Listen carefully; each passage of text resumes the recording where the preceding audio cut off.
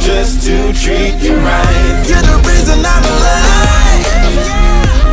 You're the only pain I can endure. And when you're not here, you're my dream, but I just want. Alright guys, it's Tuesday morning actually. We just wrapped up with shoulders and or we just wrapped up with chest and triceps. Get ready to do some shoulder work. I was wanting to do more tutorial on a lot of things that we do for injuries. People who had previous injuries before with the rotator cuff or even the deltoids or delts itself, and things we might do to really just focus on not placing strain on it. Also, I've done in the past, I've done an article or two on the reasons why we don't perform a shoulder press, or sometimes if we do a shoulder press, we keep it towards the end. And there's a lot of reasons why. The main thing is I go over, just by going over the general anatomy of the rotator cuff, there's 4 small muscles that make up the rotator cuff. You have your supraspinatus, you have your infraspinatus, you have your teres minor, and you have your subscapularis muscles. All those do control, but as far as if I was to break it down, pretty much supraspinatus involves the abduction, okay? Infraspinatus involves external rotation up to this point. Teres minor is further external rotation past 90, and then as far as subscapularis goes, internal rotation. So those are the 4 basic movements, which entail holds that joint in place, because realizing that the shoulder joint itself, like the hip, is a multi-axial joint, meaning it can move in any and all directions. So it can circumduct, it can abduct, it can adduct, it can internal, it can external rotate. So it can go in all directions, unlike your knees, your elbows, those areas. So with that being said, we have to realize that there's a lot of these muscles that we have are not thick muscles, and they're more intrinsic muscles that are built for just stability purposes, okay? So of course, if we're performing a movement and we are starting off with a heavy free weight barbell press, for instance, or even a heavy dumbbell press, and we're pretty much at max tension of bringing arm back in external rotation, and we're also in abduction, that's stressing on a lot of the rotator cuffs, and almost all the rotator cuff muscles are engaged in that movement. So when we have all that pressure and those muscles are not ready for it, then that's where a lot of times there's issues with injury. A lot of times people have instability issues where you might have one that's weaker, and you'll feel it a lot of times where you might be doing a press and you might have one side that's lagging. Or in some cases, some people actually have where shoulder might not be working, but a little bit of their upper chest because shoulder is weak. Okay, so I'm not here to refute like anybody who does overhead press. We still do overhead presses. Now we look at and view it differently. Everybody's physiology is different when it comes to just the anatomy and how we're built. Some of us have real long limbs, some have short limbs. Even the joints are going to be different, and how everything connects is different. So of course you can have somebody who's done presses for years and years and never had any issues. And that's fine. That's fine. But you take somebody who maybe had played a sport, or like myself, I played football, so I had a lot of shoulder injuries in football. So me performing a overhead press, it became a challenge, and it was always an issue. So eventually, after so many years of just hurting myself, sometimes I'm just starting off with a press, I decided to, hey, let me just start off doing basic movements, so just lateral raises and things like that, whether it be with cables and dumbbells. And I did it, and it seemed to make a difference for a while. And eventually, where at some point, I was like, okay, maybe I don't need to do as much shoulder press as I thought. Where I used to start off with 2 exercises with just basic shoulder presses at 4 sets each, and going anywhere from like 4 reps, as low as 4 reps, and as high as like 12 to 15. Now we do incorporate, and I'm a big fan, ever since I started powerlifting here about 7 years ago, of just band training. And I usually, if anybody who has access, of course, I would recommend, okay, we're going to start with bands first for anybody who's ever had shoulder injury. We start off shoulder routine with just some band training, just to get the joint in motion, get some tension on it, but controlled tension. And I'm actually have Drew here demonstrate for us just a few things we might do. And a lot of these movements you're going to see, they're not going to be very, as far as distance going, as far as being performed. You might have some movements that's just really strictly tension. It's not like you're recovering more than even 8 inches in distance. But we're still wanting to get the area going, and really a lot of the stuff we're still focusing on trying to keep those rotator cuff muscles as strong as we can. Okay, so here, and this is a really fun tool. It's the Short Red Mini. It's plenty of resistance for what we're going to do here. And as you see, when we do start, it's not going to be easy for him to do certain movements, but it's going to be focusing on tension. Okay, So the first one we're gonna do is we're gonna symbolize us doing pretty much a lower raise, okay? So we're gonna have pretty much the band. I like sometimes, instead of grabbing the band, I like hooking it right here. That way for anybody who has tendonitis issues, it doesn't involve that. So we take that out of the equation. So we're just hooking it around the outside of the wrist, okay? So what we're gonna do is he's just gonna abduct and just a few inches out, controlling, holding tension. Also I get coming down back into it, but guess what? Still controlling and still keep it tension, so don't let it go. All right, he's gonna do a few, just control movements. And you'll see, he's shaking a little bit, so yeah, he is getting plenty of tension. There's plenty of, muscle involvement with the deltoid in this movement. We don't have to engage and be 90 on this one to get us going, okay? And like I said, we're really just trying to get that shoulder, just go ahead, get started, jump started, still get some fatigue in it at the same time.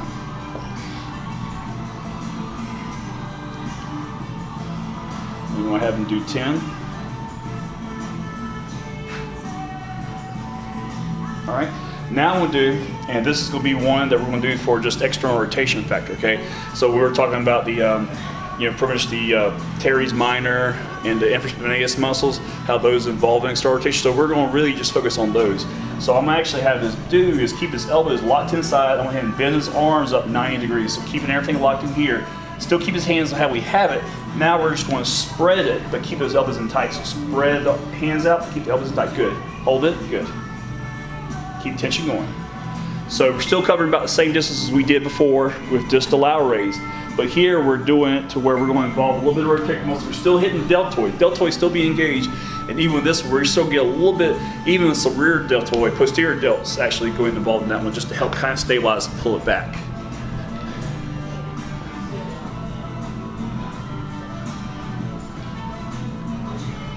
Good.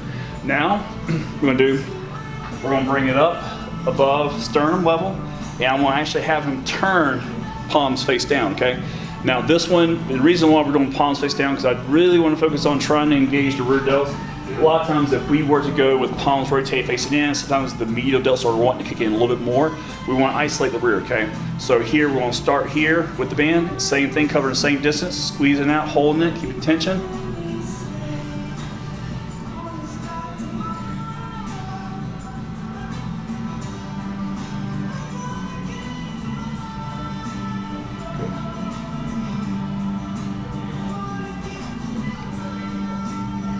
Good.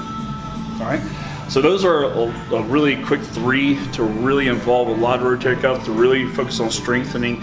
Like I said, we're not having to cover a lot of distance. We're still getting a lot of work. A lot of times I would say, even with this one, doing about 3, even 4 of those circuits, pretty much sets about 10 reps each. All right. I'm going to actually do another movement that we'll use a lot too, still band movement. Pretty much depending on how much resistance you can do. I would say for females, we might want to use pretty much a Monster Mini, a little smaller band. For men, we can use orange, or if you're just a beast of a guy, you can use a little bit of the intermediates.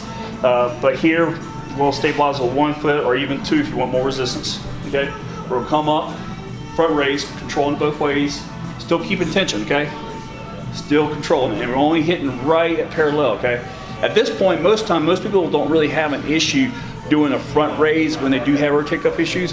But still, I still want to implement some band work since we're using it for everything. So just to get us going. So this is a great movement I would like to do too. Okay, a lot of times we'll actually do the front raise here, and then we'll go into a superset with doing an upright row. But with this upright row, we're not bringing it to the body. We're still keeping it out in front of the body about 6 to 8 inches. Okay, and we're only bringing it up to sternum level. So we're not trying to go past sternum, because guess what? If we go past sternum, a lot of times with that extra tension at the top of it's more pressure on the rotator cuff, and we're trying to avoid that as much as possible. So here, bringing it up to about sternum, holding that tension, keeping it controlled, bringing it up, holding it. There you go. Here, Drew, you have a shot at it. Drew's gonna do with 2 feet. I do with 1. Drew's stronger than me, so we'll let him do 2. Like I said, here going front raise, trying to hit parallel with it, controlling it both ways. Good. Keeping tension even when you come down. He's controlling it, keeping tension on it the whole way through.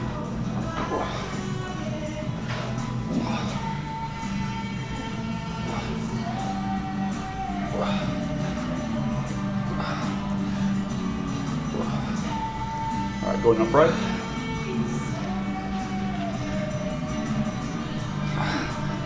There you go. Bring it just to straight. Right there. Good. Good.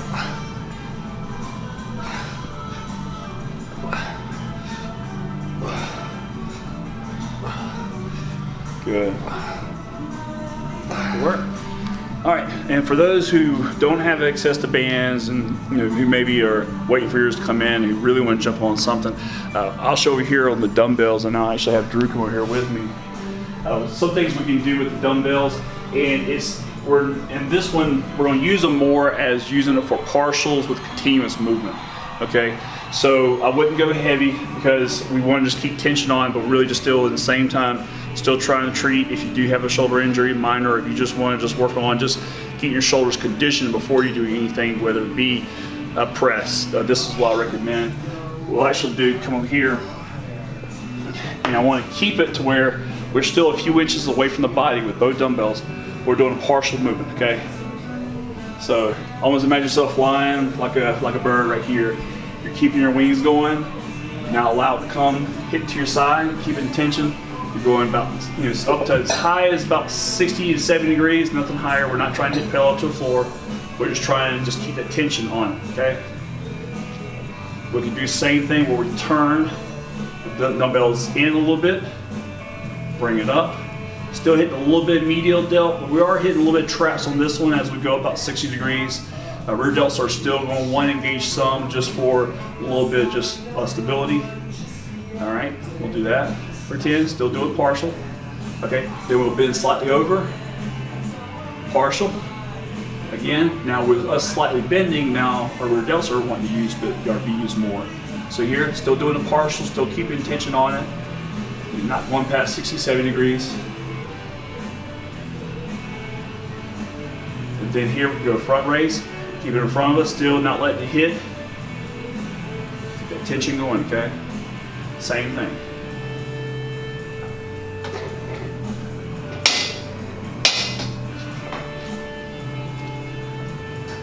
And even if we want to get the external rotation aspect, I'll actually have Drew do it on here. Do the incline for 45 degrees. What we do is we'll actually lay against the bench and do an external rotation with this, just with a dumbbell, okay? A little bit more. So lay down on your side and you'll externally rotate the elbow in. All right. So here, just gonna lay on your side. Here. Keep the elbow light in here and just rotate out. There you go. Okay. And like I said, still doesn't require a lot of weight. We're still getting the component of the external rotation, so we're still hitting the infraspinatus and subscapularis muscles that we want to target. Let's pass up this up.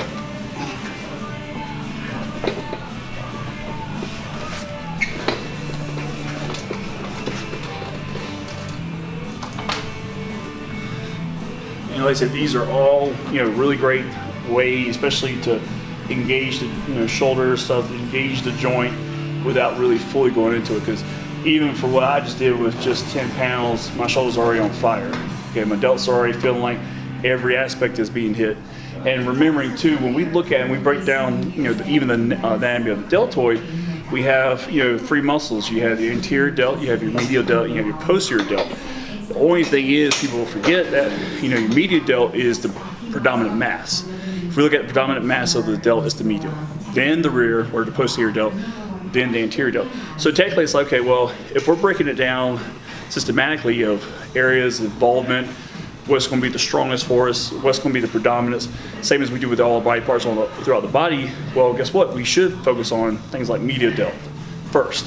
So if that's the case, then yes, a normal shoulder press won't involve as much of a medial delt as it would if we did allow a raise or something that's going to involve us actually doing a raise and movement. Same thing with rear delts. Rear delts is one of those movements that's hard for people to target because guess what?